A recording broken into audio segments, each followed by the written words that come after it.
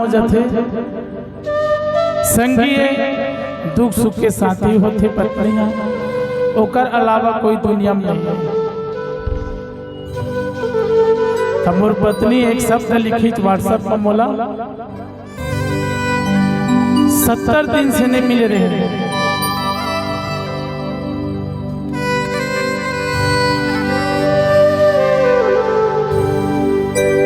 संझा के बेरा पहावत दिन रे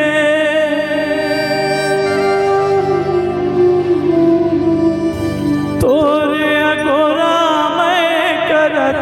हो छूटत जीव कागा मोला मोही डारे ए मोला मोही तोर बोली बचन मोला मोहिया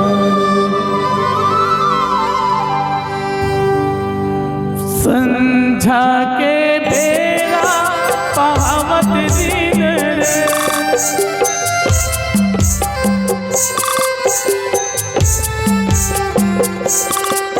संझा के बेरा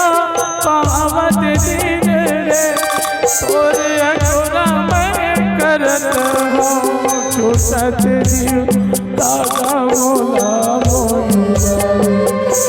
मोला मोहिया रे कागा तोर बोली बचन मोला मोहिया ए मोला मोहिया रे कारे तोर बोली